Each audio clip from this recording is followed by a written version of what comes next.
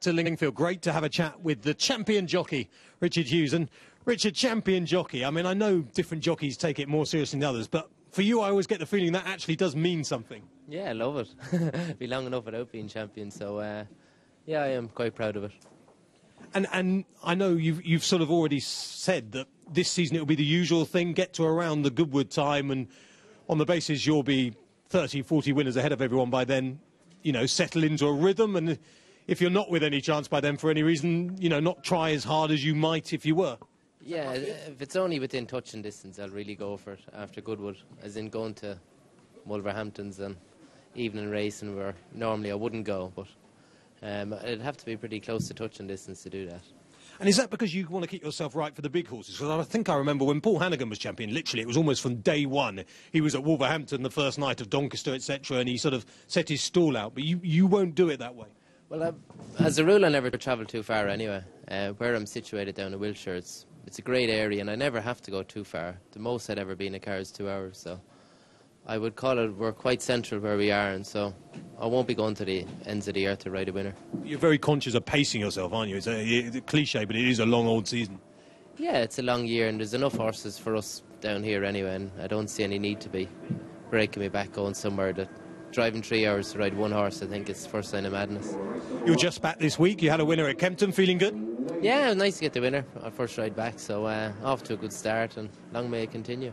And you've got Chill the Kite coming up in the Winter Derby this weekend. It would be a horse who'd be a biggish price, but an each-way chance if he produced his best. Yeah, he ran all right in Dubai, although the form figures probably doesn't say that, but they go very slow in Dubai, and it wouldn't really be up his street. But I think a mile and two will actually suit him now, but again, he'll need a bit of pace to be in the shake-up at the end.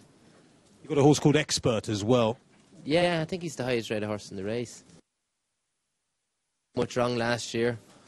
Decent horse, and he's working very well anyway, so we're quite hopeful. And he's always worked well on the all-weather at home. We last saw him in Newmarket and won well that day. Yeah, he won well. He was just beating Doncaster in a condition race where they went quite slow, but I thought he ran a hell of a race. And the big guns this season, again, you've spoken about this in the press, but not here on At the Races. So Sky Lantern, we believe we won't see till Royal Ascot? Perhaps. I'm not the trainer, but there's not many races for her up before that. And we have one or two horses for the Lock-Hinge anyway. So, but she's a very busy campaign ahead in the autumn, so we're keeping that in mind. That's interesting. Over a mile or on a mile and a quarter? Do you really believe in her over a mile and a quarter? Yeah, I just felt I was very unlucky today. I got held in Goodwood. Still feel she'll get a mile and a quarter. So if there's a race that suits, she'll go there. So is she a horse that we're really gearing up for the Breeders' Cup towards the end of the season? Is that the kind of animal you're thinking of this time around? But she loves the fast ground, and she went around on the bit there and never come off it as a 2-year-old. So I'd imagine she might end up there.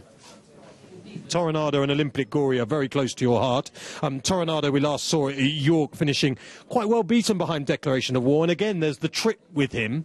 Will he be a miler, do you think, this season, or a mile and a quarter? Well, he wouldn't have won over any trip that day. And subsequently, we found a few problems.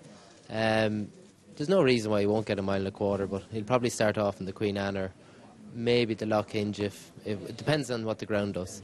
So Olympic Glory also in the Lock-Hinge, isn't he? Yeah, but it'll all depend on the ground. If it was fast ground, we'd probably run Tornado, and if it was soft ground, he'd definitely run Olympic Glory. Because Toronado really ought to be staying a mile and a quarter, because once upon a time we were thinking he might just be a Derby animal. Yeah, he will. There's no doubt he'll stay. You can just put a line through York. Turner for home, 4 furlongs from home he was beat, so I wouldn't put that run down to not getting the trip. And are these horses who look good? I mean, again, you're not going to say they look terrible, but are they strengthened up? Are they look like horses who could make better 4-year-olds than 3-year-olds? Olympic Glory's same as he was last year, but Tornado has done physically well. He's very strong looking at the moment. Sky Lantern looks really well now. She done really well over the winter, so they have to be better at 4 than they were at 3. And the 3-year-olds you're looking forward to, the obvious one is Toramore, who was so impressive at the Curragh. Unbeaten in 3. Midland Park, you sort of tend to think, crikey, Midland Park can't have the top 3-year-old. It would be fantastic for racing in many ways if a syndicate like that could produce something very special. Yeah, well, he was the highest rated 2-year-old in Europe, so they've had that already, so there's no reason why he can't be the highest 3-year-old in Europe. Guineas ride for you? More than likely, more than likely. And what are the other horses that you're really looking forward to this year? We've a nice horse there called Knight of Thunder, Dubawi horse. He's won his last two. He's only run twice.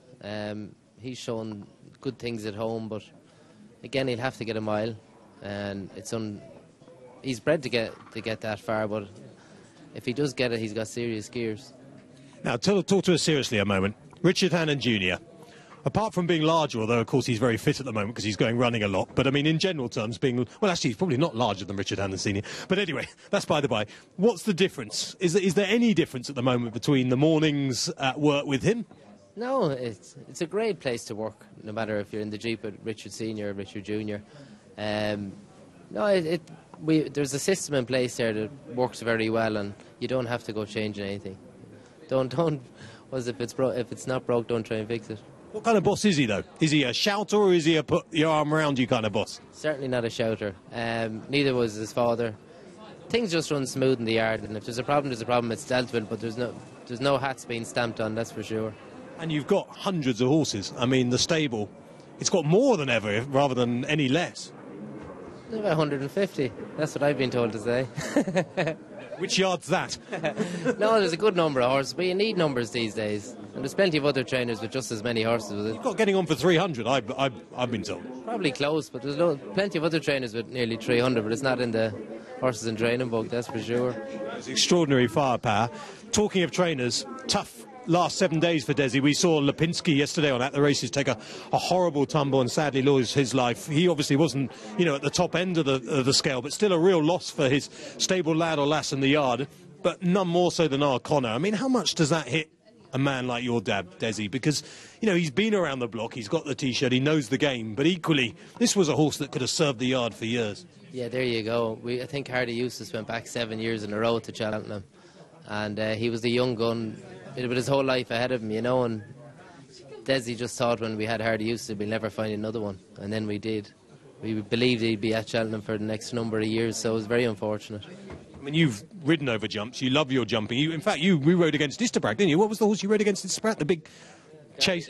Derry Dan passed me over the last. Yeah. I mean, you know what it's all about, but it's like it's a tough game, but you love it, don't you? It's in your blood as well. I mean, you were there at Cheltenham supporting Dad last week. Yeah, I absolutely love it, and a fierce admiration for the jump jockeys. Like, I do appreciate and realise how easy we do have it. And Ryan Moore's going to be riding here later on. He's the man you have to beat in the championship, is he? No, he's the only one I have to beat, I'm sure.